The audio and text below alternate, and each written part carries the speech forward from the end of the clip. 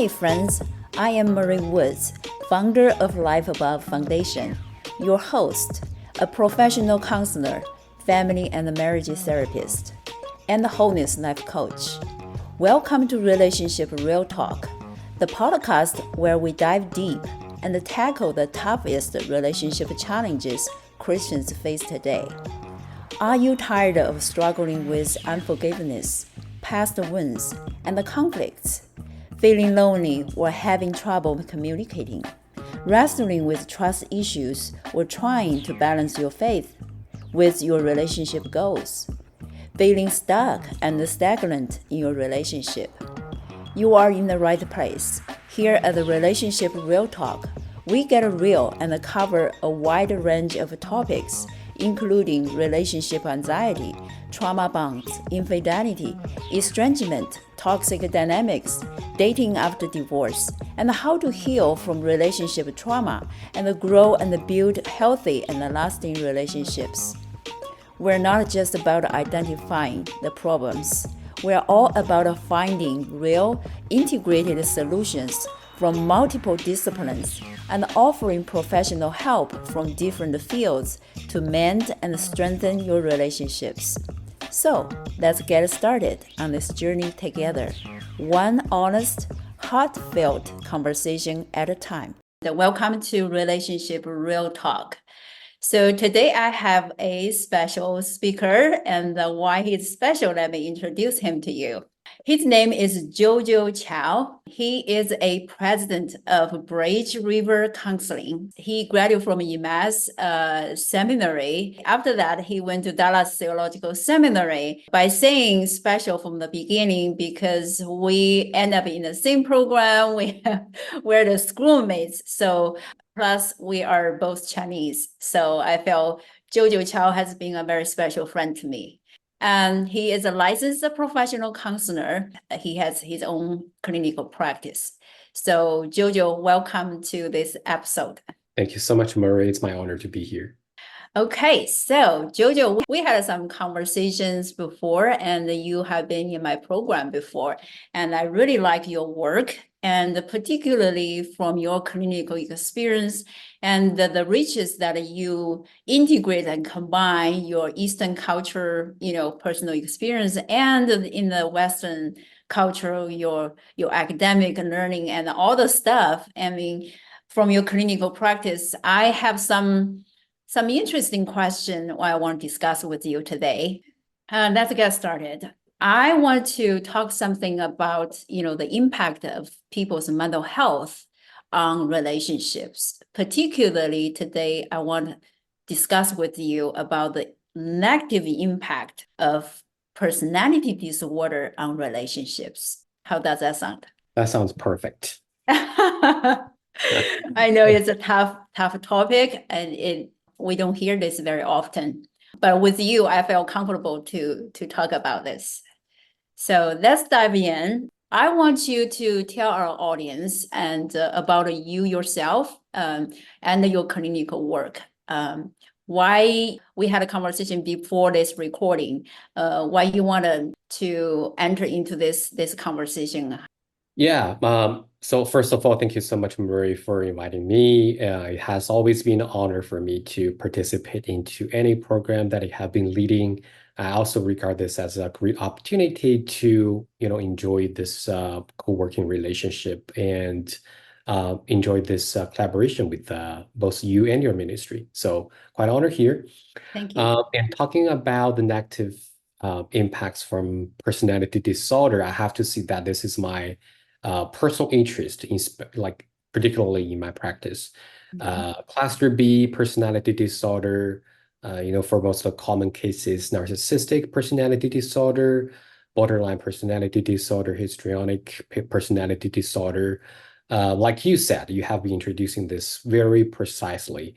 It's kind of common in diagnosis. People talking about that, people know it's there. People's clients are getting involved in their close relationship, working place relationship, intimate relationship, parenting relationship.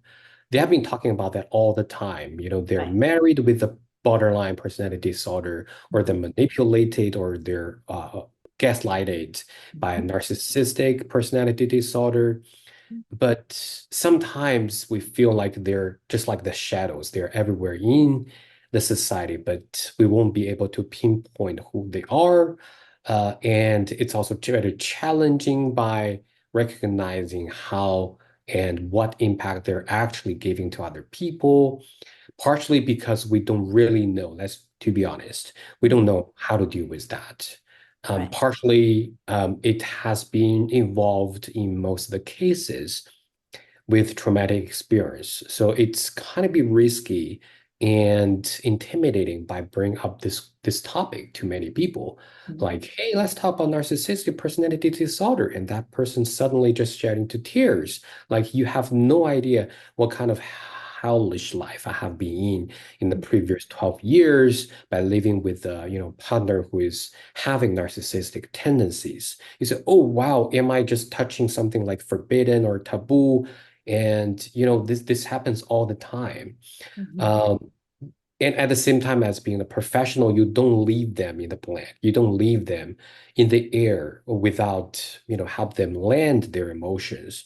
You don't feel like, oh, it's a good thing to just expose you again into the traumatic event by recognizing that you have some experience with personality disorders, but nothing more than that, right? You don't just leave a blank note for them as, hey, you know what? It sounds like you're in trouble, but I can do nothing about it. I'm sorry. Just God bless you, and you leave. That does not sound like a very proper way to deal with, any traumatic event with personality disorders.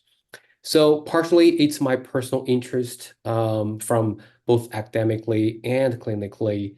And also, this is something culturally triggers my interest, while I'm being the bridge of Eastern and Western culture, just like Marie you mentioned about. So the previous half of my life are spent in China.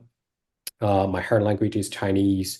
Most of my most intimate friends, family are from China as well, and I'm educated in China, but also I was somehow having the continuing education in here in the United States, and I converted as a Christian in the United States and being in an American church for most of the time.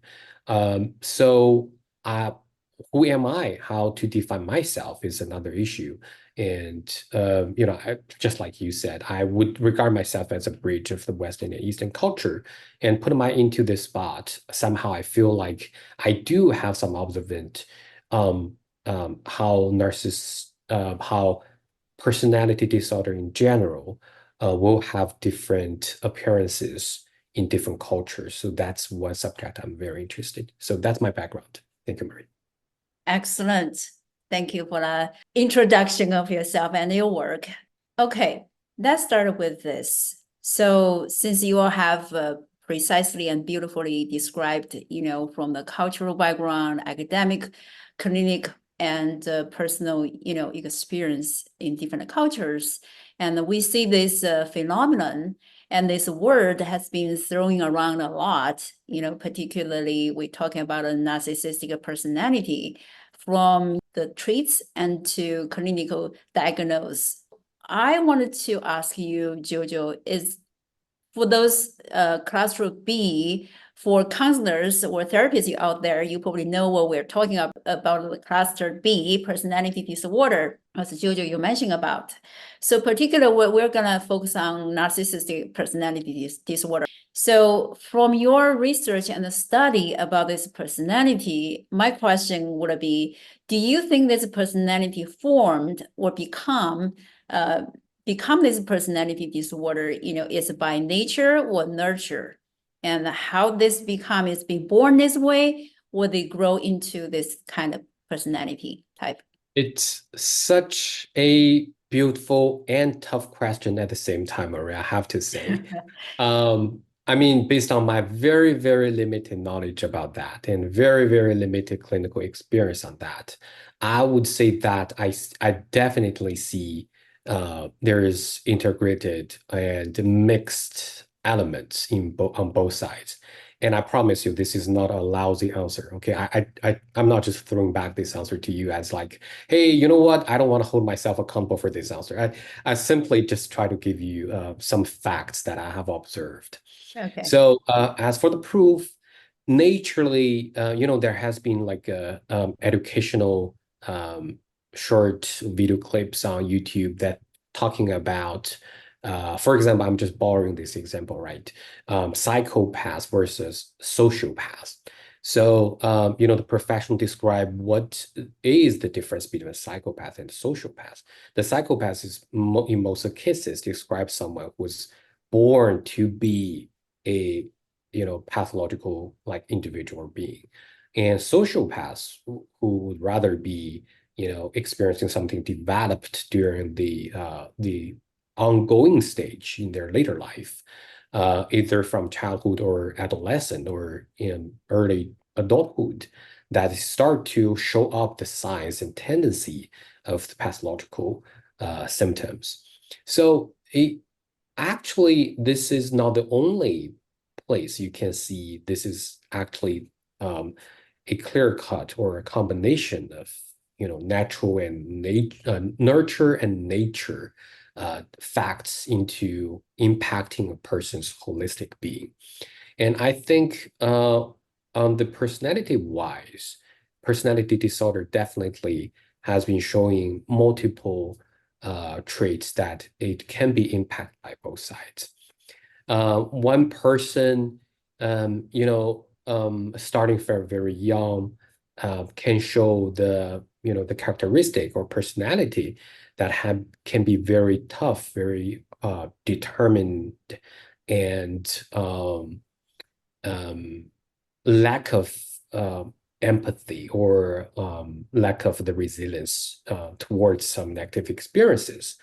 And clinically, sometimes we will actually be able to connect that into some of the parts in narcissistic personality disorder. When later on that person becomes adult, we'll be able to see that, hey, the lack of willingness to cooperate or compromise is definitely the sign that were you able to adjust your own feelings and needs into a bigger picture, not to satisfy other people's need, but to better suit the situation. So you actually will benefit as much as other people. It's going to be a win-win situation instead of, you are not sacrificing or you are not compromising, which all the way leads to a lose-lose situation. You didn't get anything. But sometimes the narcissistic personality disorder or tendency individuals will not be able to even process that. They believe the only win-win situation, there's not even a win-win situation. They're only me winning and other people losing situation. And they wouldn't be able to process that with the scope of, I actually need to be submit a little bit or be compromising a little bit at this time, just simply to maybe lead to my success later. They wouldn't be able to process that kind of way of thinking. And sometimes we'll actually believe this definitely can come from early age, even from the birth time. And for the nurture, we will be able to observe something from the family of origin as well. The way of parenting, the interactive way from the parents on how to impact their kids. We also heard the term like golden boy, golden girl, golden like children. How that can impact a person's self-image by taking things for granted for themselves, which leads to a egomaniac kind of status. That happens as well. So I think it's safe to say that we can definitely observe, the elements, the facts from both sides. Yeah, I think so. I think that makes sense. From my experience, different people have different saying. It's kind of some inherited from their parents, because they grow up, the person was conceived in the womb, carry the traits, or maybe impact even by the mother in the womb through the DNA. I don't know how that formed, but it can be in that environment, other than come out of the womb to the outer world. So that can be something we can think about it. I don't know how much research out there talking about this, but definitely you were talking about the environment when the little child grew up. That environment you cultivate and give them this condition, become this type of personality. Yeah. Yeah. A quick note, adding on to your comment, I definitely agree with you. So there is a very profound academic studying trend, like in nowadays, is to actually distinguish two other parts of the psychological or mental areas, and by incorporating them together into the subject of personality disorder. So the other two topics are neurodivergence and trauma. So, which means people are exploring more and more overlapping symptoms from narcissistic personality disorder individuals and their behavior and their way of thinking, their tendency of exposing their emotions with those two parts, which means you probably can see some resemblance from a NPD individual and a neurodivergence individual. For example, an ASD person or ADHD person. Sometimes their way of their reacting towards some things, especially the challenging time or procrastination or being wronged or under pressure, somehow, their way of responding to that is very, very similar. And for the other part is how trauma has been able to impact a person, especially at a younger age. So the younger age a person has been going through with trauma will be more likely showing up the traits or the tendencies of personality disorder. Just like you mentioned about, not like emotional disorder. For diagnosis of emotional disorder, sometimes we will be, it's going to be safe for us to come to any conclusion for any individual after 13 or 14 years old. We don't see that, oh, you're only 11-year-old boy or girl, you're depressed, right? We'll probably hold up that until a later age, like at least to the adolescent age. But for personality disorder, the onset of personality disorder traits can go back as early as very much younger age, like 5-year-old or 6-year-old, at a child stage. So with this comparison on different kind of disorders, emotional disorder and personality disorder, we can definitely say that personality disorder has a much, much early onset stage compared with mental disorder. So that actually leads to the part I just mentioned earlier, how trauma can impact a person, because the earlier the trauma happens, the bigger impact it will show up on the individual's life. So maybe, many studies have shown that trauma can be a huge trigger of a person's personality change. Or by connecting, Adler and Young's theory, the facade, how people are reflecting themselves from behind a mask, can be interpreted that how people are coping with, the sad things, the overwhelming things, can be interpreted as how they interact under traumatic events. And facades or the image or the masks are also another term of personality. So it's not a strange concept. It actually goes back to very early stage of psychology development to explain that there is definitely a strong connection between personality disorder and trauma. So Mm. interesting thing is, Right. neurodivergence is something from nature. Mm. So that's how far we can tell. And trauma is definitely more emphasizing on the nurture part. You don't traumatize yourself as being like, born by someone to someone, right? That's a theological perspective, but on the practical clinical side, we don't see someone can traumatize themselves by being born by stuff to someone. So trauma is more of a nurture perspective, and neurodivergence is more of a nature perspective. They actually both can lead to something highly resembling to the personality disorder. Quick note to your observance, right? It's we definitely see many aspects from nature and nurture side at the same time. Right. Yeah. Thank you for bringing these two aspects and help us just understand in the full scope of how this personality can be formed.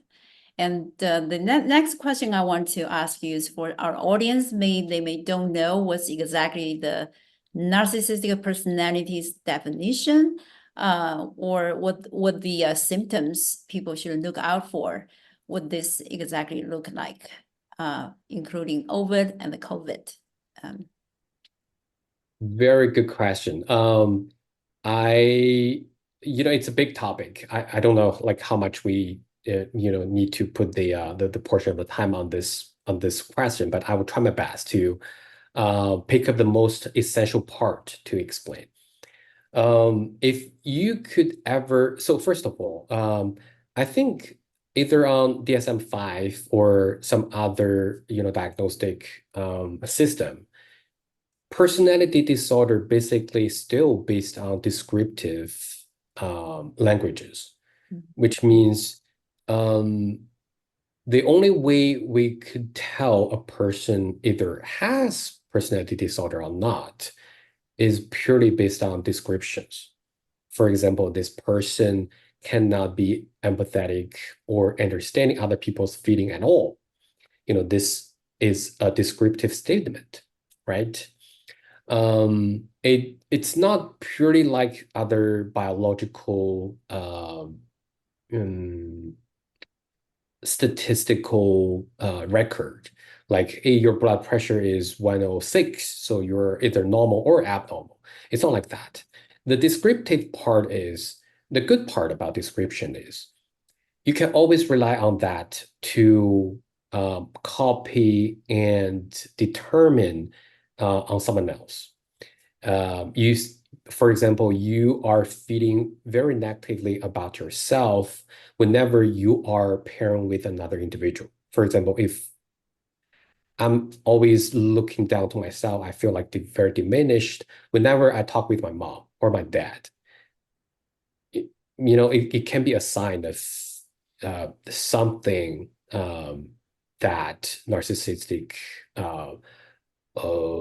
interaction being going on over there.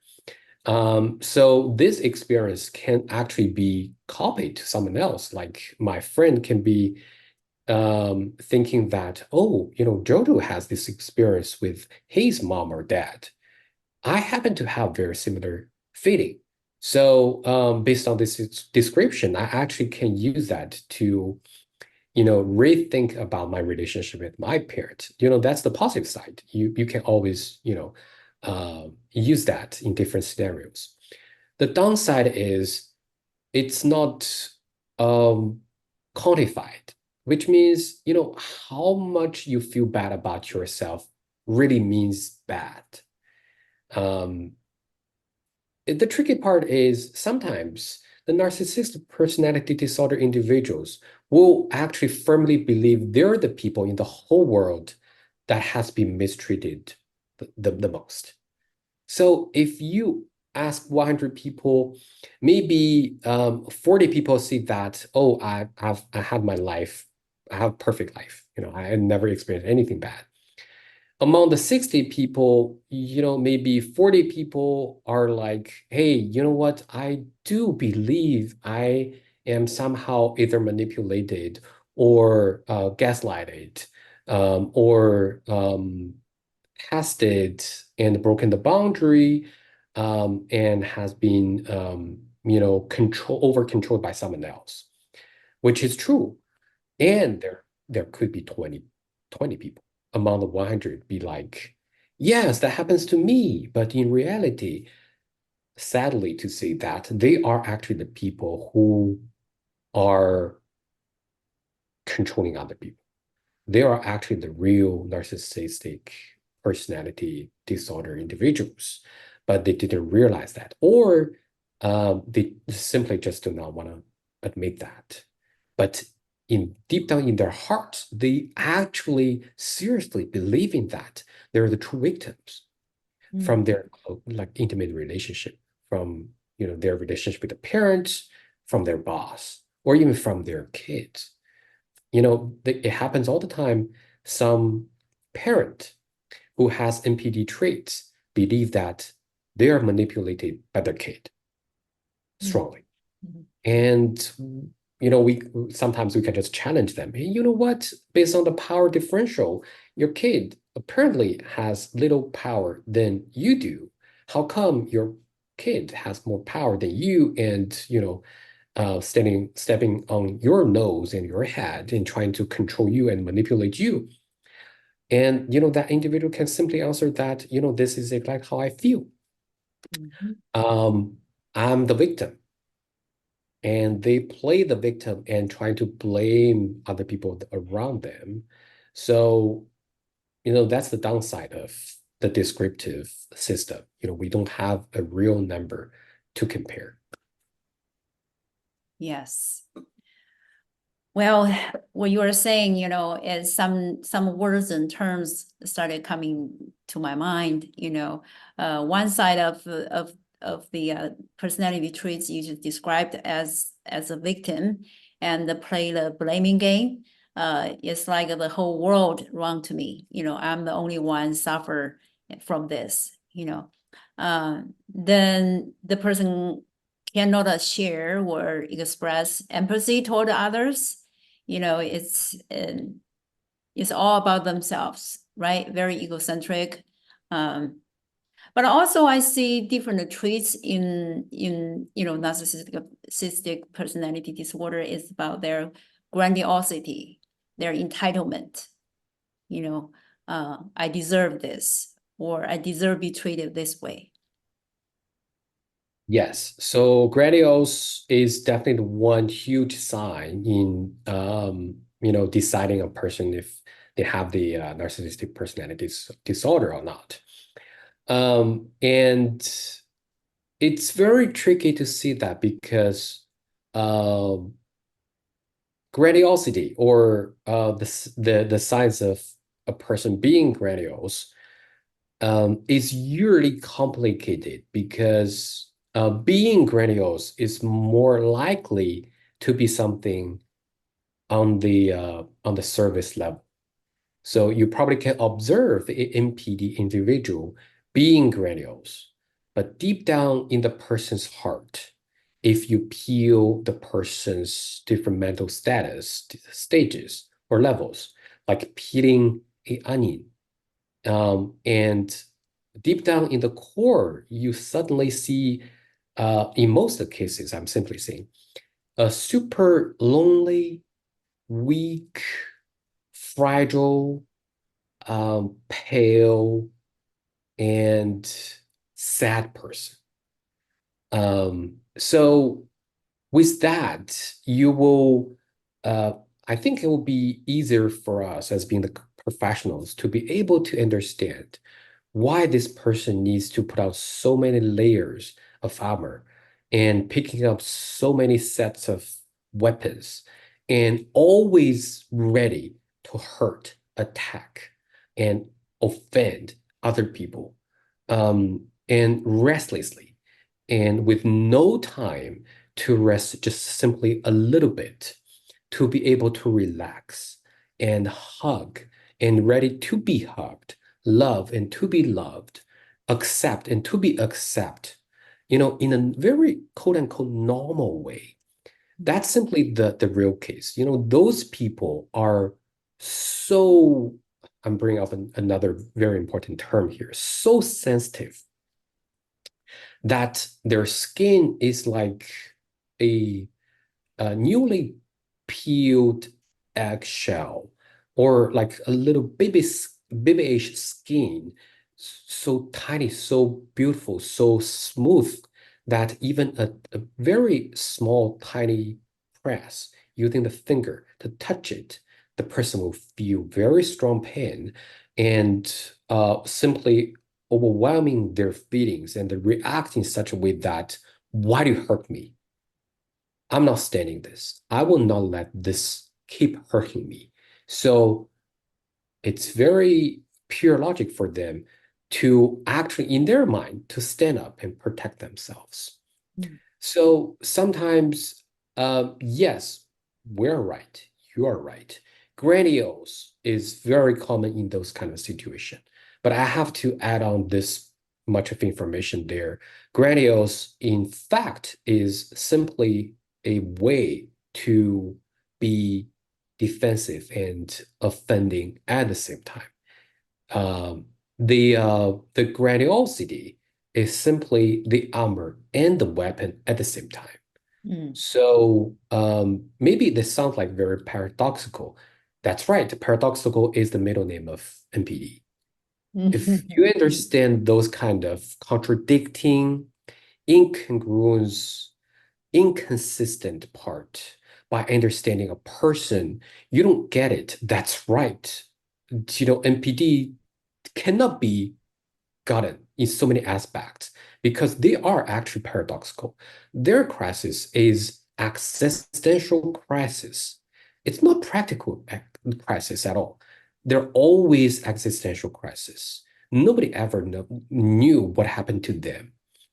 Leaving alone talking about the trauma or the experiences they had in the past. They will show you who they are at this moment.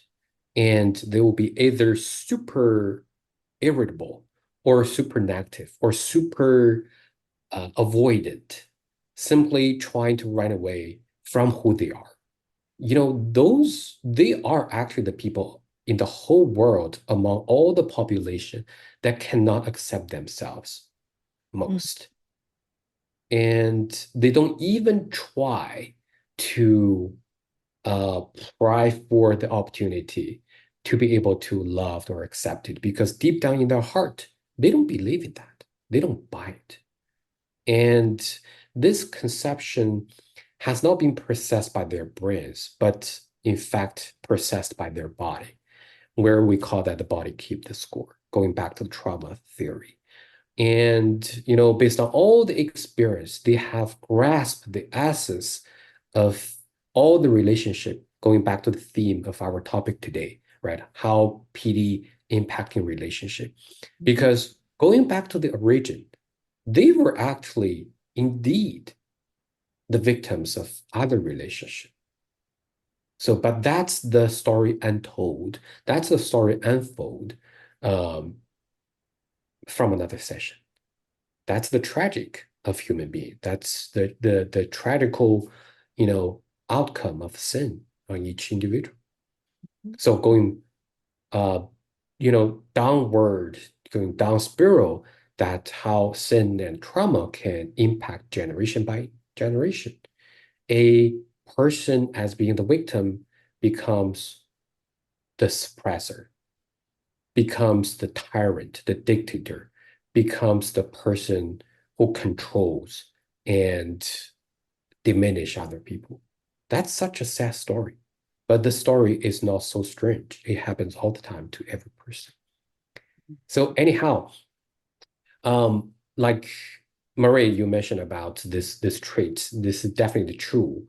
But I would suggest that we use a more complex methodology to understand what a surface level appearance like grandiosity truly meant to a person, and how does that work? How that was actually formed up at the very beginning.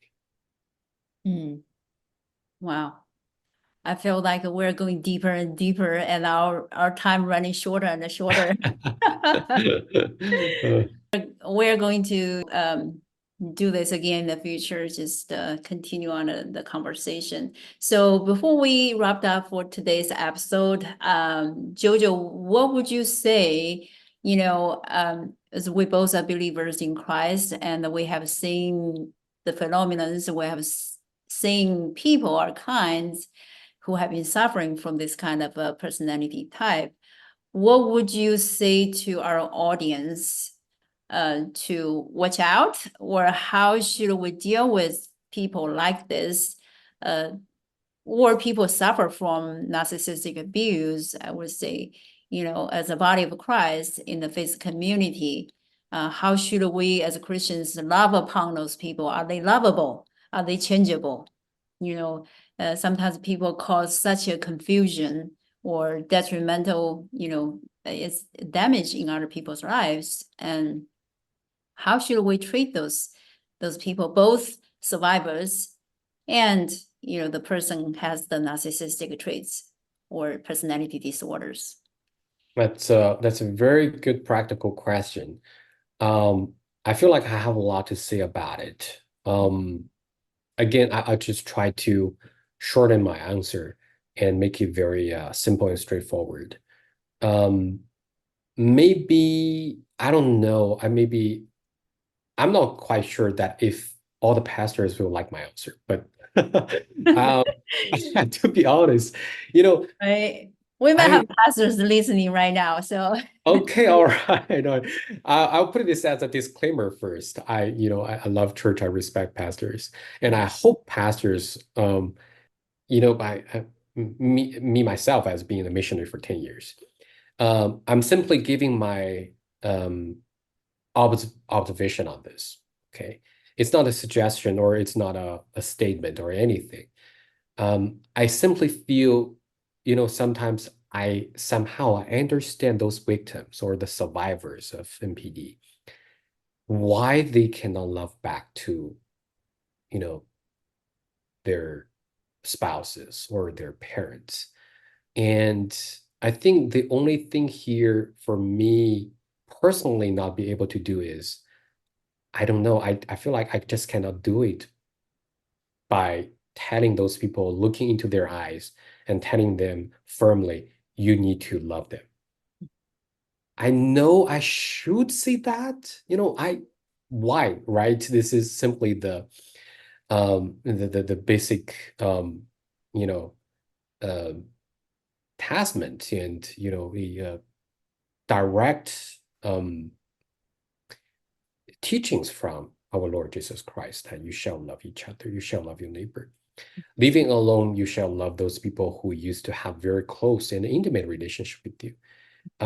Ideally, it's going to be so uh, beautiful and so blessed to see that people are forgiving those people who used to hurt them.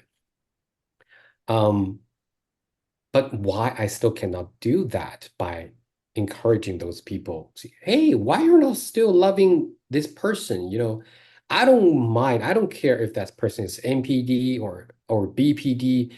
You need to kneel down, and pray to the Lord and read more Bible and be more spiritual, be more forgiving, and just forgive that person.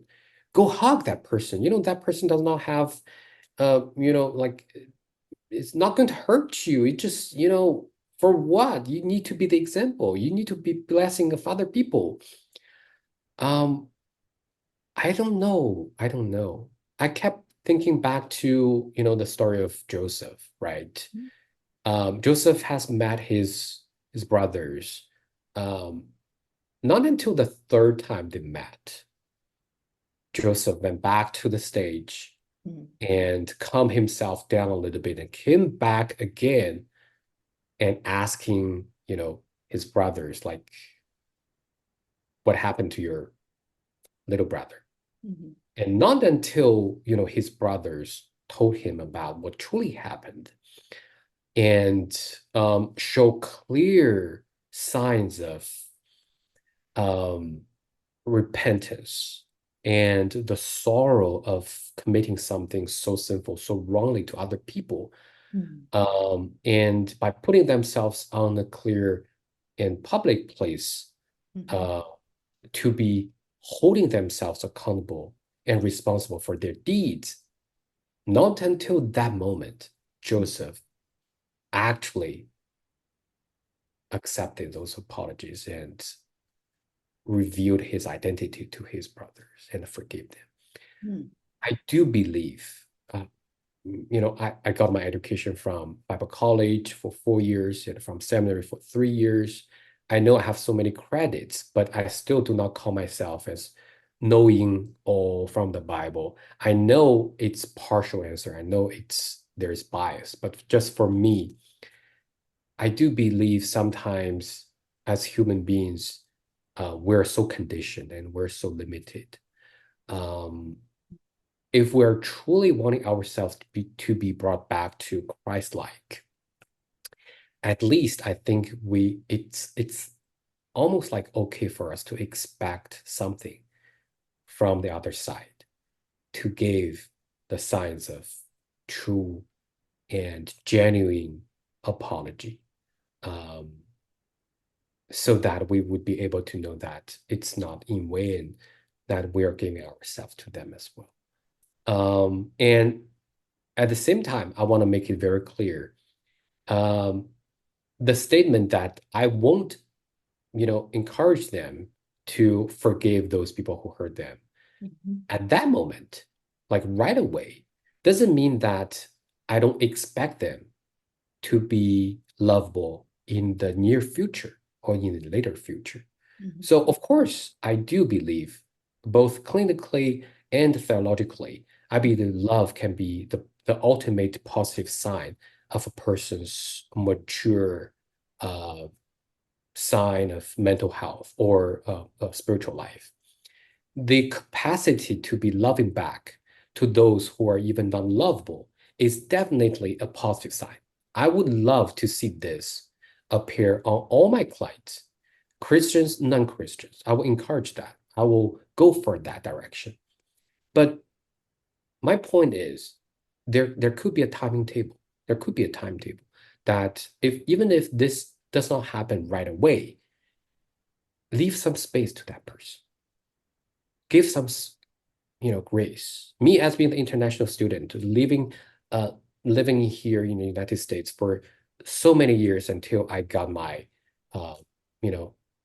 status, right, naturalized. And before that, I experienced those kind of status change every couple of years. It's called grace period. The F1 status ended, and I have this 3 months grace period until I can transfer to another legal status. Different stages granted me different grace period. I'm very familiar to this word. Even for the non-Christian international students, they also have the grace period. Maybe for them, they don't understand what does that really mean for the grace period because they're not Christians. The grace is everywhere. We even gave the grace period to those who do not understand Christianity or have never heard of the name of Jesus Christ. They experience grace. Why don't we show more grace to the people who are so broken, so diminished, so hurt, so much humiliated, and we're barely able to hold them to stand up just a little bit? Why, in such urgent, we push them to pick up the long-lost functionality to love? Was that really love from your side to show to that person? Or simply you are questioning about the Lord's healing? It's a question for us. Well, that's a pause for today, and I believe we have much bigger room for this discussion. And the audience, if you have been reminded that something you have gone through or you have suffered from, NPD, or just I want to bring you encouragement, maybe seek out for professional help. therapists, they understand this type of personality and how to help survivors, to recover and to heal from narcissistic abuse. And so also you mentioned about as the body of Christ, as church, as spiritual leaders and the ministry leaders, and where do we stand? How should we, when people approach to us, ask us question, would they suffer from this type of abuse? Where do we stand? How should we treat those people? Right? Those are the things I want to put out there, and maybe we can start thinking about it. JoJo, I appreciate you taking this time and unfold and explain to us. And I hope we can carry on this conversation because as believers and members of the Christ, that we need to open up and talk about this at least. And put people out there. Thank you again for Marie, your invitation, and it's quite a pleasant experience being here and sharing. Thank you, JoJo, once again. Yeah. So stay tuned. We will get back in the next episode. Bye now.